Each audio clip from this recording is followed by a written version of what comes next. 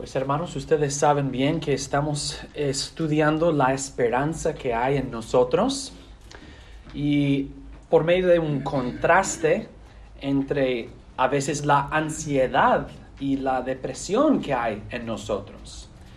Y en 1 de Pedro capítulo 3 versículo 15, el apóstol Pedro dice que debemos estar preparados para presentar defensa de la esperanza que hay en nosotros. Pero a veces caemos en trampas, que en estas trampas perdemos nuestra esperanza, perdemos nuestra alegría y nuestro gozo en el Señor y por lo tanto estamos estudiando cómo evitar esas trampas, cuáles son estas trampas y cómo podemos evitarlas. Y el sermón de hoy se enfoca en cuatro trampas que debemos evitar, hablando acerca de la ansiedad y la depresión y la esperanza que hay en nosotros.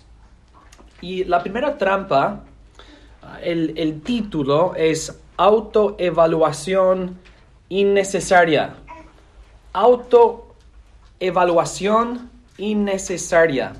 En algunas de mis visitas pastorales, hay ciertos miembros de la iglesia que a veces me dicen, cuando les pregunto cómo están espiritualmente, la vida cristiana, cómo va tu caminar cristiano, he oído varias veces de ellos que me dirán cosas como, pues yo no soy, me siento mal porque no he alcanzado el nivel que quiero alcanzar en mi camino, en mi caminar cristiano, en mi vida espiritual. Y frecuentemente estas personas se sienten deprimidos y entristecidos y les pregunto, pues, ¿se dedica usted a meditar en la palabra y orar a Dios? Y me dice, sí, no perfectamente, pero sí, me mantengo, continúo en mis lecturas y oraciones y les pregunto, ¿y asiste usted fielmente a la iglesia? Y, sí, claro que sí, pastor. Y luego le dice, ¿y por qué se siente usted tan deprimido?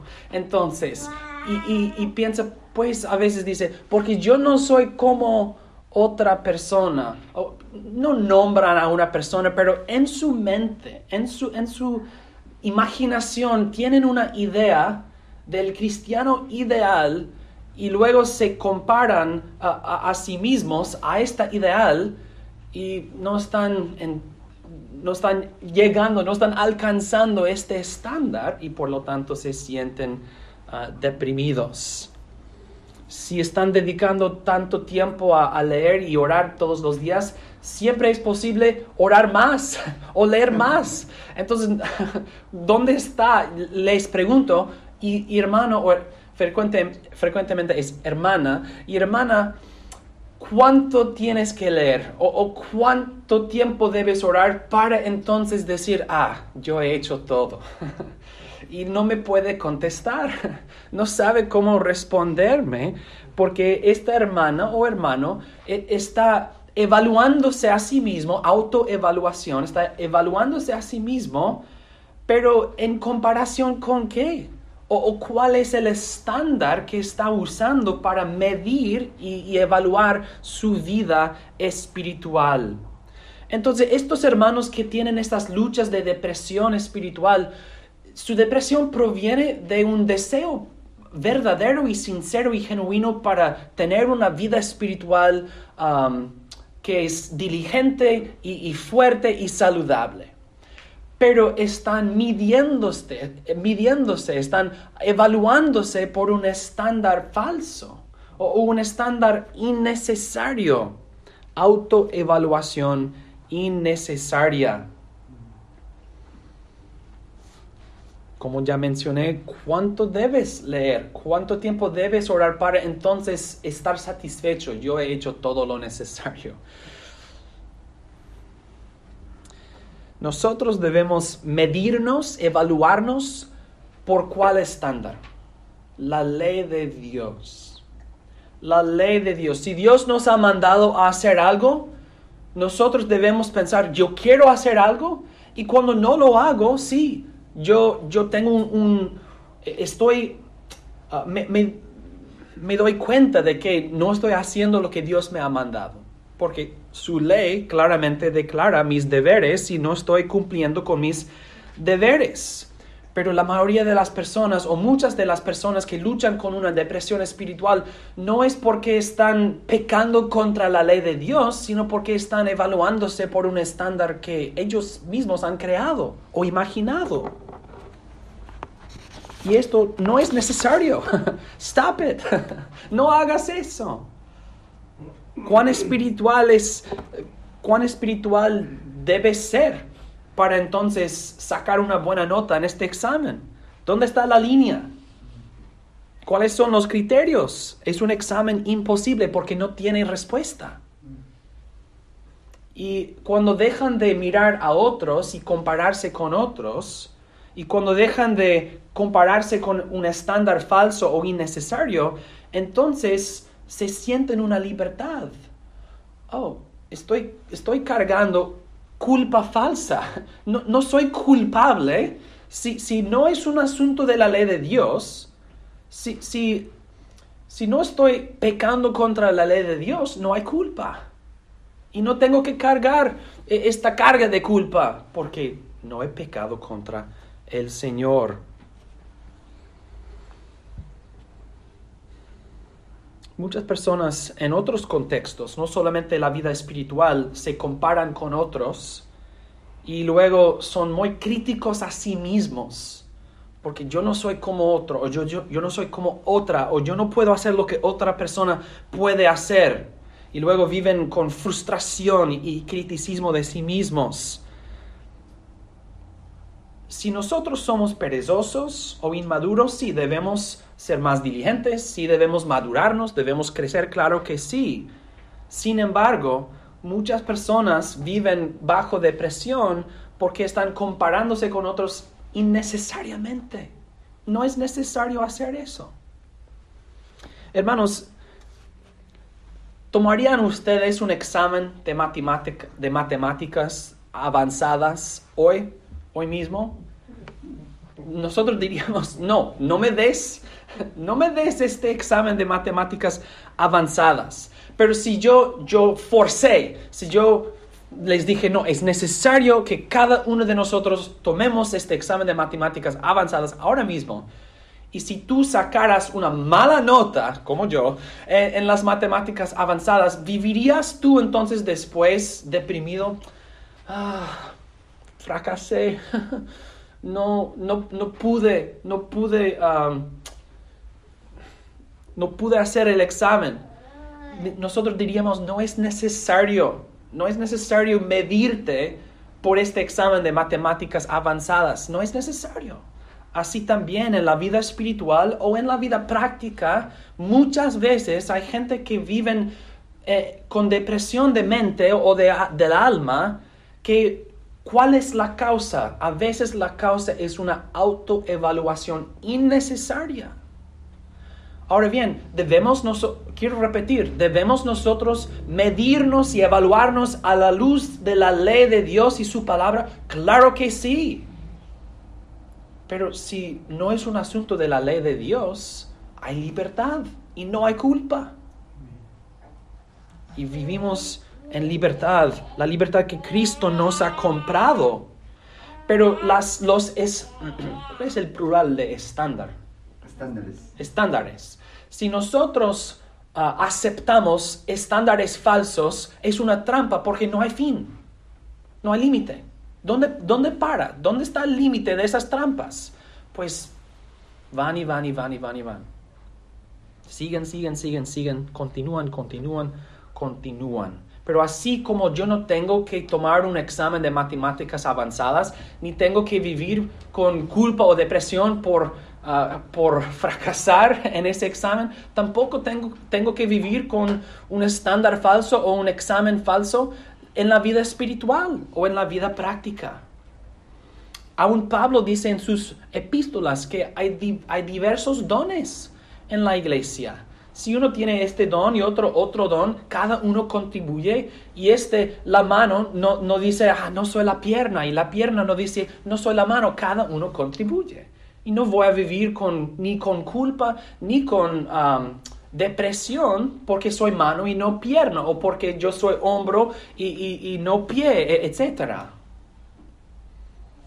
Entonces, hermanos, si están evaluándose no a la luz de la palabra de Dios, sino a la luz de comparación con otros o por un estándar falso, estén libres, líbrense de eso. Y entonces vivirán con menos ansiedad y menos depresión en esta área. Es una trampa común. Yo sé que es común porque en mis visitas pastorales lo oigo varias veces.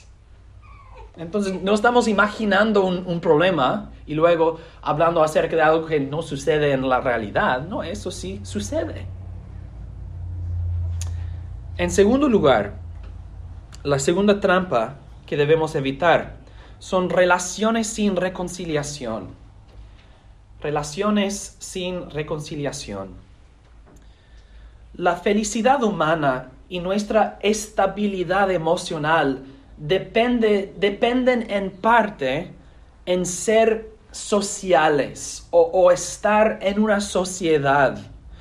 No todos quieren o necesitan la misma cantidad de interacción social. Algunos quieren menos, otros más, y está bien, no estamos hablando de esto, pero Dios sí nos hizo a todos nosotros criaturas sociales. Necesitamos relaciones, necesitamos conexiones con otras personas. Y cuando nos aislamos o cuando faltamos esas conexiones y relaciones con otras personas, empezamos a estar ansiosos y deprimidos.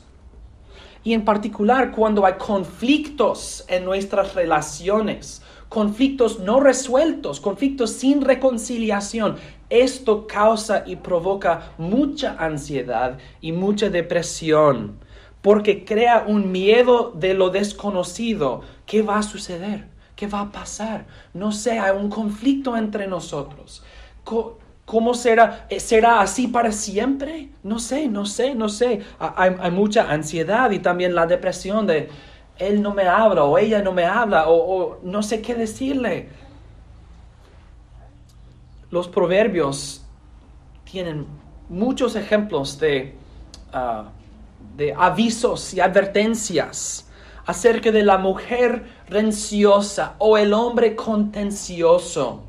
Que la mujer renciosa hace a su casa o hace al hogar una prisión miserable. Y el hombre contencioso, él crea más conflictos y provoca más luchas entre personas. Entonces los proverbios nos advierten, nos dicen, nos avisen, si ustedes causan conflictos, todo empieza a deshacerse. Y cuando nuestras relaciones son deshechas y hay conflictos no reconciliados, nosotros empezamos a sentir ansiedad por no saber qué va a suceder y depresión por lo que hemos perdido. Y si nosotros prendemos un fuego en el hogar y nosotros no luchamos contra el fuego, si nosotros no somos bomberos para apagar el fuego permanece, continúa. O si nosotros empezamos una guerra con nuestro esposo, con otra persona, otro familiar, y nosotros no hacemos nada para resolver la guerra o el conflicto, la guerra entonces se convierte en lo normal. Ahora, estar en conflicto es la base, es el fundamento, es normal, es la normalidad para nosotros. Y un ser humano que vive en un contexto donde la guerra y el conflicto es lo normal, ¿cómo va a sentirse? Ansioso y deprimido, porque no queremos vivir así, nadie quiere vivir así. Y como dijimos en los sermones acerca del matrimonio, la solución, claro que sí, es arrepentirte de tus propios pecados, cumplir tus deberes en el hogar y perdonar libremente al otro sin recordar sus pecados y ofensas del pasado. Y solamente por medio del arrepentimiento y el perdón podemos nosotros reconciliar los conflictos que hay entre nosotros y otras personas. Si tienes una herida en tu pierna y cubres la herida sin curar la herida, cubrirla no hace nada. Va a empeorarse aún más y más y más, ¿no? Pero si nosotros aplicamos medicina a la herida, entonces nosotros podemos sanarnos. Así también en las relaciones, sea el matrimonio o cualquier relación, si hay un conflicto y nosotros simplemente cubremos, pero no curamos la herida, el conflicto, ¿qué va a pasar? ¿Qué va a suceder? Va a empeorarse aún más y más y más. Y tenemos que darnos cuenta de que nuestros conflictos no resueltos, nuestras relaciones sin reconciliación, los efectos no son solamente para nosotros, sino para otros también. Sobre todo los hijos. Cuando en un matrimonio, cuando los padres están luchando, tienen conflictos que no resuelven, no están reconciliándose. Los niños viven con mucha ansiedad y mucha depresión por los pecados de sus padres. Y los niños ni saben cómo expresar o procesar esa ansiedad y depresión que tienen, porque está ausente toda la paz y la estabilidad que un niño necesita en el hogar, pero no saben cómo procesar estas cosas. Y en nuestra sociedad estamos viendo caso tras caso de divorcios. Y hay ciertos casos en que el divorcio es lícito y legítimo, pero poniendo esos casos legítimos al lado, porque son pocos y deben ser muy raros, la mayoría de los divorcios son simplemente padres que no quieren reconciliarse, no quieren resolver sus conflictos. Y entonces si la sociedad vive con sus relaciones más básicas en conflictos sin reconciliación, ¿qué va a pasar? Tendremos una sociedad de niños ansiosos y deprimidos que entonces maduran a ser adultos ansiosos y deprimidos, y no hay una red, no hay una sociedad, una familia para ser un fundamento para nosotros. No hay estabilidad, no hay paz, no hay reconciliación. Todas nuestras relaciones, sea el matrimonio, la familia, amigos, etc., tendrán conflictos. Habrá conflictos en todas relaciones. Y los niños necesitan ver a los padres reconciliándose, resolviendo sus conflictos, perdonándose los unos a los otros. Si tú vives en un pueblo y 2 ejércitos llegan, y los 2 ejércitos están luchando en la región de tu pueblo, tú vas a sufrir los balazos, ¿no? Quizás te van a disparar por accidente. Los ejércitos están atacándose el uno al otro, pero tú estás en el medio. Así también los niños sufren por nuestros conflictos no resueltos o no reconciliados. Santiago capítulo 3, versículo 18 dice: y el fruto de justicia se siembra en paz para aquellos que hacen la paz. Si no sembramos paz, no vamos a recoger la paz. No tendremos el fruto. Hay gente que vive con ansiedad y depresión por sus relaciones sin reconciliación o por las relaciones sin reconciliación de otros alrededor de ellos, o los dos. Pero la paz proviene del arrepentimiento y del perdón. La paz verdadera. Perdóneme, por favor, yo te perdono. esta paz de un conflicto resuelto, una diferencia reconciliado, pues es una paz maravillosa, maravillosa, pero sin reconciliación, sin arrepentimiento, sin el perdón, vamos a vivir con ansiedad y depresión. Número 3. Otra causa de la ansiedad y la depresión y una trampa en que nosotros nos caemos fácilmente es el descontentamiento desconocido. Un descontentamiento desconocido. Es decir, que hay gente que están descontentos, pero no se dan cuenta de que esto es la causa o una causa de su ansiedad y su depresión. Hay gente que están deprimidos en el sentido que están profundamente tristes y se sienten muy tristes y deprimidos porque no están contentos, están descontentos con sus circunstancias. Y puede ser que están descontentos porque tenían expectativas no realísticas. Pensé que las cosas serían diferentes.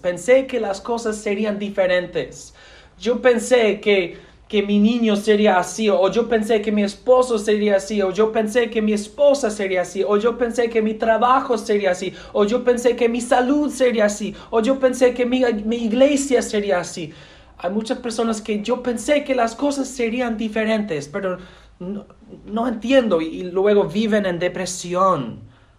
Y dicen, las cosas deben ser diferentes. Yo no debo tener que luchar con estas cosas. Yo no debo tener que cuidar a tal persona. Yo no debo tener que cualquier cosa.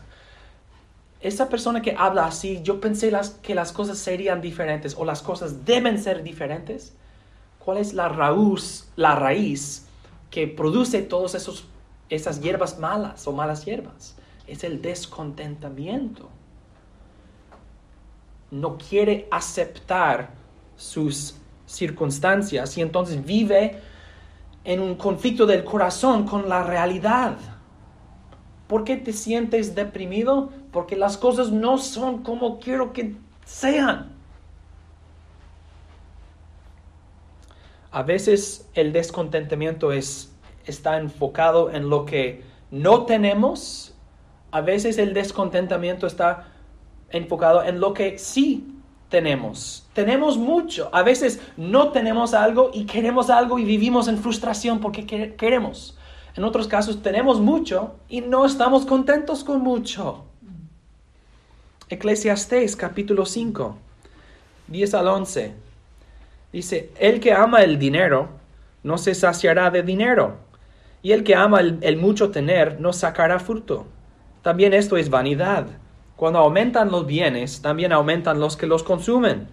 ¿Qué bien pues tendrá su dueño sino verlos con sus ojos? Estoy ansioso, estoy deprimido, porque quiero más. Pero si estás contento con lo que tienes, no vives con esta ansiedad o esta depresión. El que ama el dinero no se saciará de dinero. Pero yo sé, pastor, pero un poquito más sí me saciará. Es una trampa, es una mentira. Hay gente que dice, el dinero no puede comprar la felicidad, pero prefiero llorar en mi Ferrari.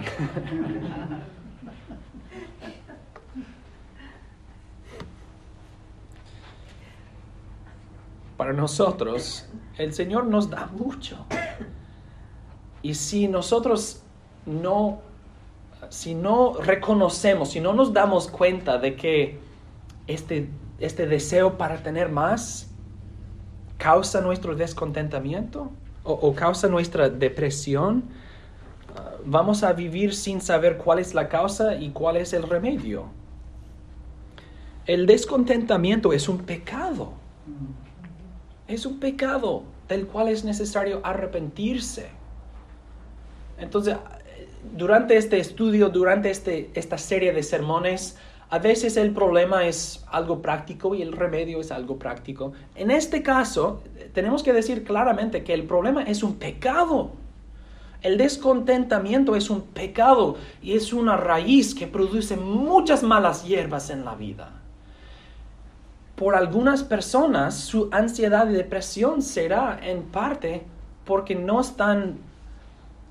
se dan cuenta de su descontentamiento. Las Escrituras nos dicen que cuando el Señor nos da bienes en esta vida, debemos disfrutarnos de estos bienes y gozarnos de ellos, pero sin tenerlos así en las manos. No me las quites. Como en Eclesiastés 5, 13 al 20. Hay un mal doloroso que he visto debajo del sol, las riquezas guardadas por sus dueños para su mal. Tenían riquezas y perdieron sus riquezas, las cuales se pierden en malas ocupaciones, y a los hijos que engendraron nada les queda en la mano.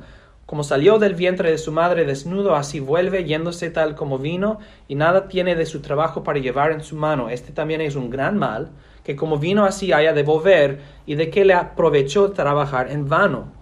Además de esto, todos los días de su vida comerán tinieblas con mucho afán y dolor y miseria. Personas que trabajaron para obtener y luego perdieron lo que tenían. Y luego viven en afán y dolor y miseria. Quiero y tengo, pero ahora no tengo. Toda su ansiedad y depresión depende de sus cosas y sus bienes.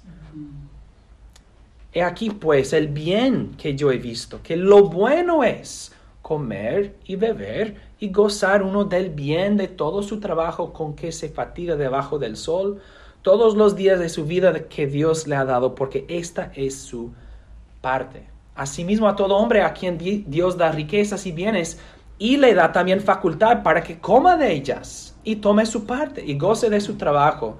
Esto es don de Dios, porque no se acordará mucho de los días de su vida, pues Dios le llenará de alegría el corazón.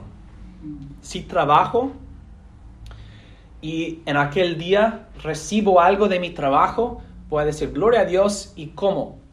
Yo como de lo que he ganado. En otro día trabajo y no gano tanto. En este día, ¿qué voy a decir? Oh no. Voy a decir, así es hoy. Voy a trabajar mañana. Voy a seguir trabajando y confiar en el Señor y gozar en mi trabajo, que a veces produce y a veces no produce. Pero si tengo descontentamiento en el corazón, el día que no gano tanto, voy a perder mi mente. ¿Qué vamos a hacer? No tengo, y quiero, y necesito. Es necesario confiar en el Señor y no en las cosas, y entonces evitar la trampa del descontentamiento. Y esto aplica a diferentes edades.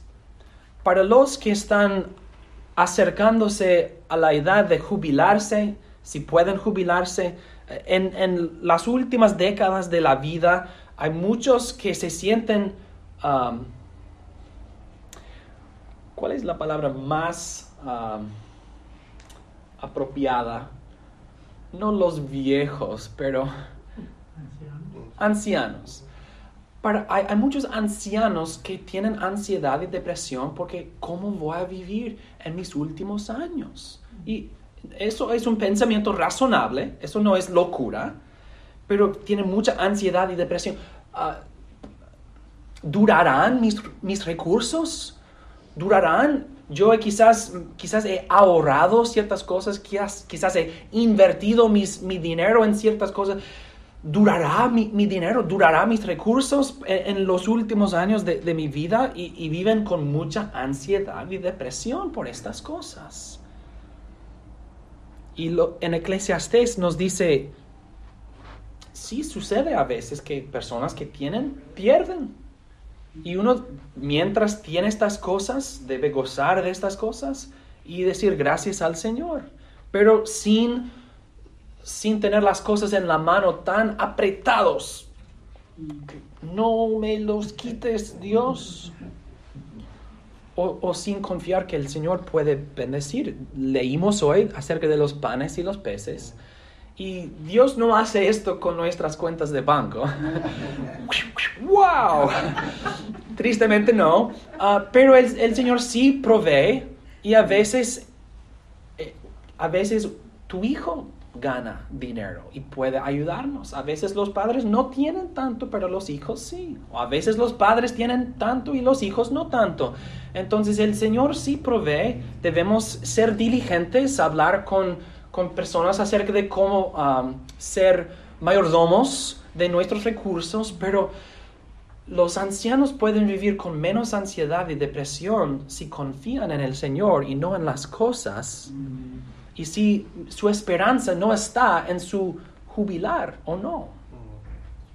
Y para los jóvenes, la cultura americana y más o menos de todo el mundo te tentará a desear el dinero más y más y más y más y más y dedicarte a ganar más y más y más y más, porque siempre hay algo nuevo para comprar. Cada año hay un nuevo teléfono, cada año hay un nuevo televisor, cada año hay un nuevo carro. Tienes el Ford F-150 de 2022 o de 2023 o de 2024. Cada año las compañías venden su nuevo producto que es igual a los otros años. Pero somos entrenados, somos programados para querer el nuevo. Creo que he mencionado esto en otro sermón, pero en Perú, en Lima, Coqui, él me dijo, Samuel, cuando yo era niño no teníamos muchas cosas. Y me dijo, mis hijos no quieren una camisa si no tiene marca. Mis hijos no quieren zapatos si no tiene marca. Y les digo, estén agradecidos que tienen zapatos, que tienen camisas, pero solamente quieren unas que tienen una marca. Y Coqui estaba lamentando la falta de gratitud de los jóvenes, porque los jóvenes son susceptibles a caer en la trampa del descontentamiento por querer más y más y más, así como los ancianos son susceptibles a caer en la trampa del descontentamiento que tienen quizás, pero tienen tanto miedo de perder lo que tienen. Y cada uno tiene que luchar con esta trampa y esta tentación y también arrepentirse de su descontentamiento y confiar en el Señor.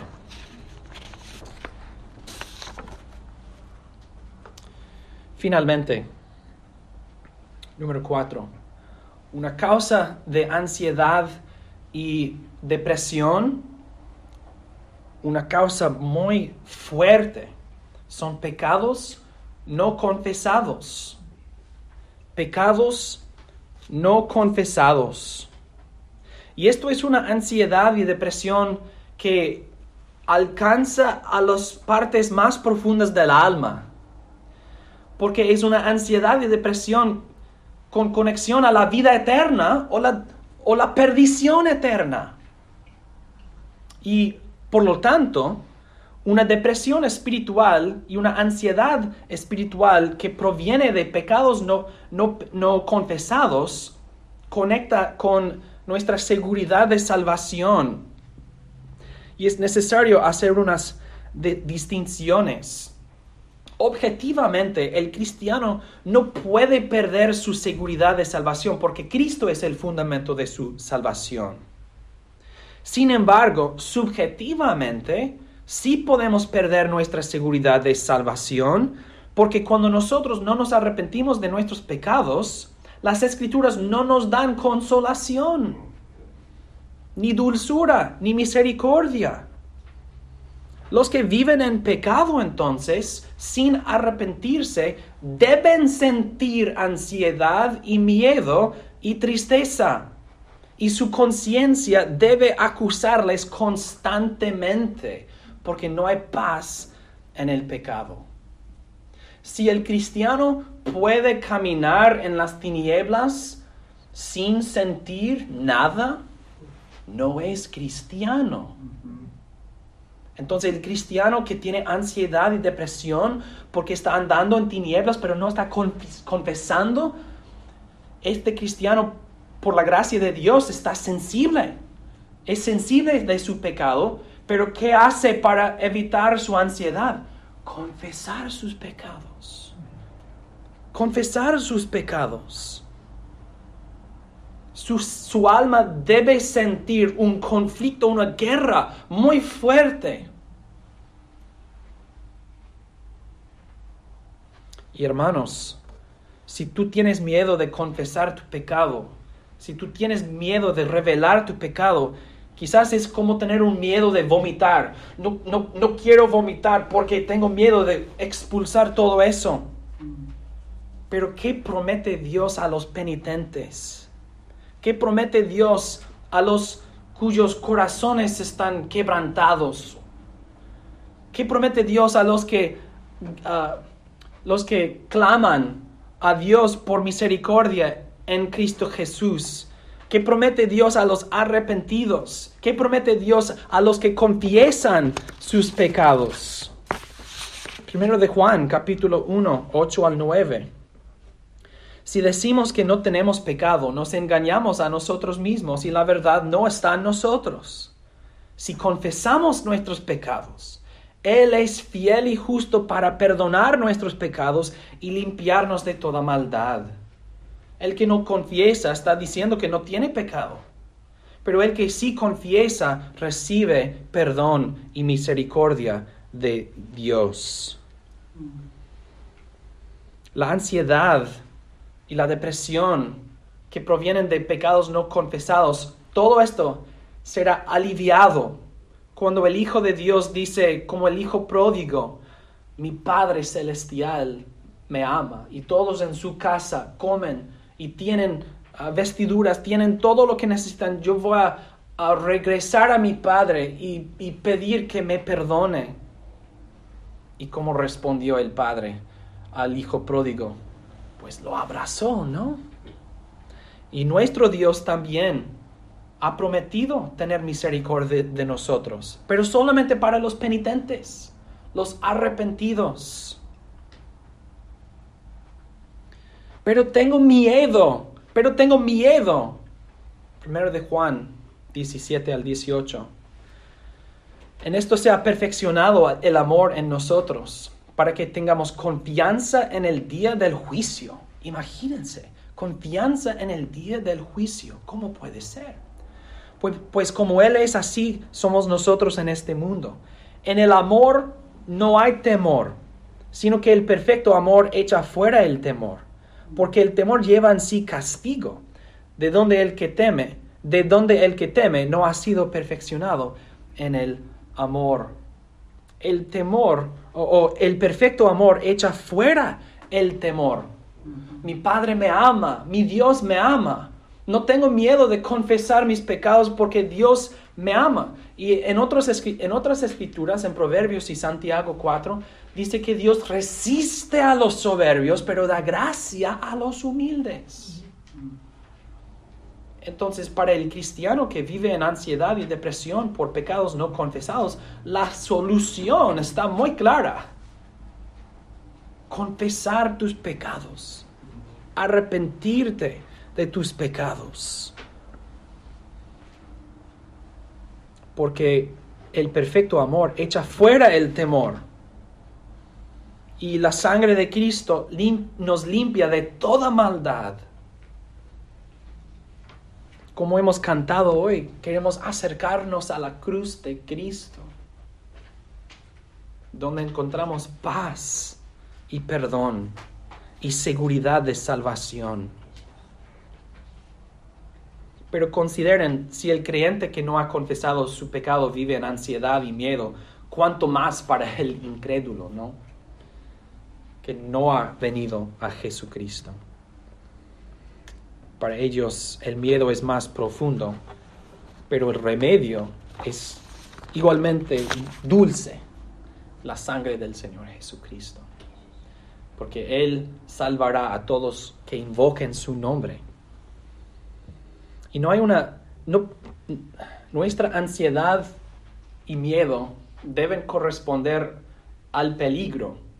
Entonces, si estamos hablando acerca del infierno y la muerte eterna y la perdición eterna, no puede existir una ansiedad más grande que la de un incrédulo que vive con el conocimiento que él morirá para siempre y sufrirá y será atormentado para siempre. Pero el Evangelio declara las buenas nuevas de salvación en el Señor Jesucristo y nos da libertad en la conciencia, nos da libertad para vida eterna, para siempre. Entonces, hermanos, consideren esas trampas. ¿Estoy yo evaluándome por un estándar falso? Innecesariamente. ¿Estoy yo evitando el trabajo necesario para resolver conflictos en mis relaciones? ¿Estoy yo descontento, quizás con lo que no tengo o con lo que tengo? ¿Hay pecados en mi vida que yo debo confesar a Dios y a otras personas contra los cuales yo he pecado? Si nosotros no nos evaluamos por un estándar falso, si nosotros resolvemos conflictos, si nosotros nos arrepentimos del descontentamiento y aceptamos el bien que Dios nos ha dado, y si nosotros confesamos nuestros pecados, ¿viviremos con menos ansiedad y depresión? ¿Y viviremos nosotros más alegres y gozosos y con esperanza? Claro que sí. Entonces, hermanos, que el Señor les ayude a evitar esas trampas y vivir confiadamente en el Señor Jesucristo. Oremos.